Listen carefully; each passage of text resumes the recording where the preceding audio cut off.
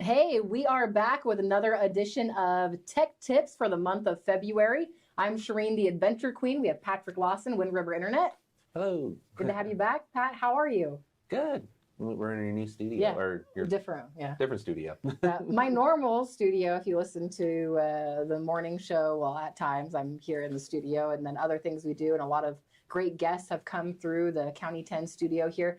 We've got another edition of Tech Tips, though. If you don't know or you're just tuning in, Tech Tips is what it exactly sounds like. It's techie tips from this man right here who's very techie, Patrick Lawson with Wind River Internet. And we're also going to do some updates too. We were talking about our next video as well, get some updates on Wind River Internet. And people are always asking Patrick about updates and your expansion and where you're going to next. And so can't wait to find out more too. And I want to give a big shout out for Wind River Internet. I am a personal customer of Wind River Internet. We had a huge party at the house for the big game, and multiple TVs, everybody on their phones, everybody connected to the Wi-Fi. Everything ran just like a dream. Awesome. So yeah, good to hear. Which we expect too. And that's why Patrick's here, though, to talk about some great things with tech tips to keep you in the know for free.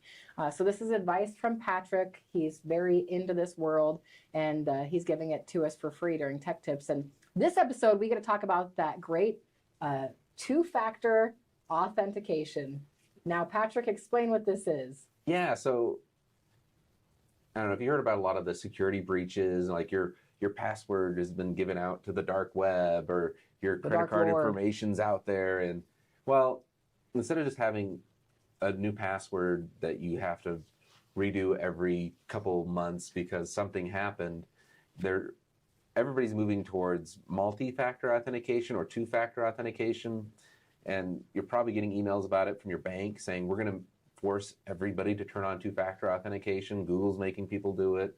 A lot of work apps, and it's kind of where the future is. Right. And I just wanted to let everybody know it's nothing to be afraid of. It's not that hard. It's kind of a blanket term. There's lots of different ways of doing it. You're probably already doing it and you don't even realize it. Like the most common one that I see is give us your cell phone number to verify your identity, and they send you a code. You're not supposed to give it to anybody else, and that is very true. Never give that code to anybody else. If somebody calls you up and saying, I'm with Google or Microsoft, and I just need the code that you just got texted to your phone so I can get the virus off of your computer, they are the virus. Yeah, they're trying to get into your computer. And it's happened here locally to some really big places that caused some major damage.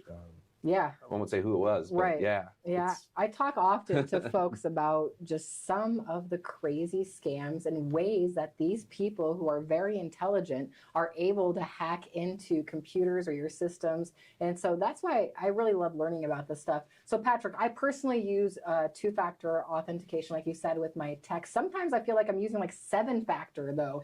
Is that true? Because I'm like, I use my face recognition. I got my text. I got my email verification code. I'm like, do you need my blood or?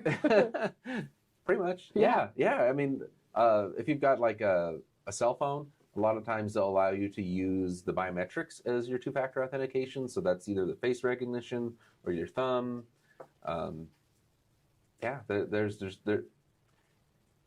They usually just require two, one, you just got to pick. And usually it's a password is one of them, and then something else, whether it be the text verification, your phone security, sometimes your GPS, like or the IP address that you're connected to. Right. So if you are normally logged into your bank account from your home, it knows the roundabout location of where you're at. And if you're all of a sudden also signing in San Francisco and Wyoming at the same time, the bank's going to be like, somebody's in San Francisco shouldn't be using your account, and they'll ask you to authenticate yourself again.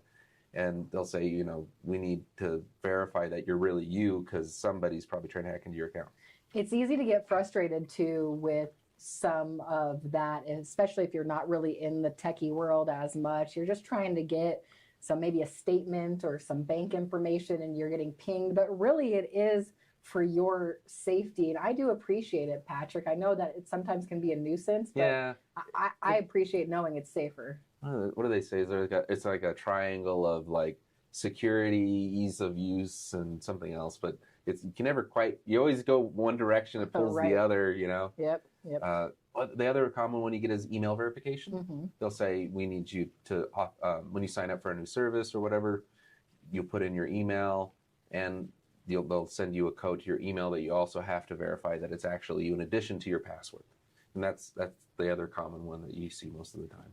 What are some two-factor authentications that you don't see all the time? USB sticks. If you work for like a government agency, sometimes they'll give you a token or even a like what are they called? Yeah, the tokens. Banks do it too, where they'll give you a code that changes every few seconds, which is pretty much the same thing as the Authenticator app. Is it an actual token? It's like, or is it just a fake token, like a Bitcoin? No, they're physical. Oh, okay, that's cool. I have one in here. I don't know. I don't want to dig it out. But yeah, they're just like little battery-powered things that just have new codes, little 4-digit codes. And you never want to lose it, right? No, they just refresh every 30 seconds. It's a different code. And you just got to put it in. And that brings me to the not as common, but becoming much more common is the Authenticator apps. So that the most common one is probably the Google Authenticator. And that's the one I use. They'll usually have you scan a QR code, whatever the app is, or it's usually banks or cryptocurrency that's doing it. And it'll add this, I guess, essentially a key or token to your authenticator that just refreshes this little 6-digit code every 30 seconds. So you put in your password, and then you have to log into that app real quick, which is usually secured by your face or another authentication. And then you grab that code, and then you put it into the app. And then you can usually say, remember me or don't ask me again for so many days. But then it's like, it's checking your password, your authenticator, and then whatever's authenticating you to get into your authenticator. So that's that whole multi-factor authentication. So it's like the ultimate security. And it's usually done for funds because... Yeah, I noticed some stuff with the IRS. They talk about the USB stick as a form of authentication. So I can't keep track of anything, so I don't want any of those. IRS does snail mails as two-factor authentication. They'll have you pick a PIN, and then they'll mail it to you. Yeah. Then you got to get the PIN from the email or from the physical letter that you got from the IRS. Or at least they used to do it that way. I think they still do. Do they still do it that way? Definitely have the option to do that on your taxes. I know that. And then you talked about bank cards too as well, which is with the token. Yeah. Yeah, it's usually for like ACH transactions at workplaces where you're wiring money. Yeah. Yep. Yeah. So do you think that the world of authentication is kind of going to continue to obviously grow? But right now we're kind of at that point where it seems like it's being required with everything. Yeah, like it or not, I'd say for sure it's going to happen to anything that has to do with money.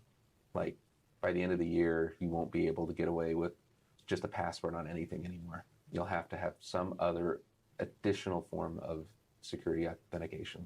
Now, this doesn't help if you just click those random emails, though, that come in your email box. You know, that's what I talk to people about. You can't just click stuff willy-nilly on the email, too, because you just never know what's going to open. It doesn't matter what authentication you had on your computer. Yeah, there's the phishing scams is what they call it, and they're for real. They'll pretend to be something else, and they'll even copy the images and everything to look 100% like the real thing, but they'll usually be reaching out to you for something, and most of the time, like 99% of the time, big tech companies and banks don't reach out to you. You reach out to them. Right. Yeah, they'll yeah. Yeah. So you wrote on some notes about devices like cars going to start. Yeah. So cars, same thing. On electric vehicles, Fords, Teslas, they have apps, and they'll have the option for two-factor authentication. So if you want to log into your app to unlock your car and start it on your phone, you either have to enter your password or your biometrics or whatever. They have two-factor authentication for the accounts for your vehicles. Wow, that's going to make it more difficult too to break in or anything of that nature. Less likely for someone to steal your car. Right, that makes sense there. Getting into the dark web and getting the password to your Tesla account and stealing your car. Yeah, when I saw that on your notes, I was like, that makes total sense that devices like cars are going to be going to two-factor authentication. Houses, a lot of automated door locks now that you can get. Same thing. Really? So my old school just pushing in the code which is never safe. Yeah, I mean, Sometimes.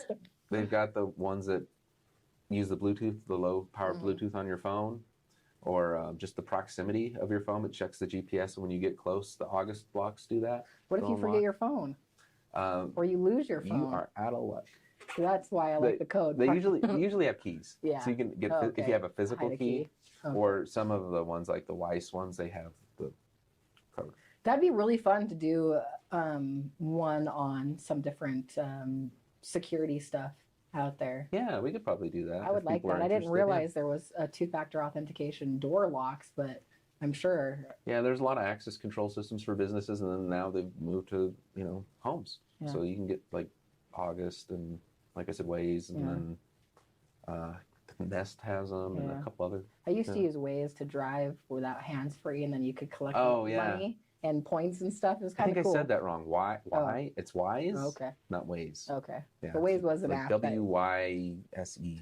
Yeah. Interesting. Game trail cams too. Game cameras. Those are advancing technology-wise too, as well. Yeah. People are getting those and using those for various different things, and they've got advancements too. So, did we miss anything on two-factor authentication? I think that pretty much covers it. Don't be afraid of it. It's actually a good thing. It'll actually save you a lot of headaches in the future if you use it.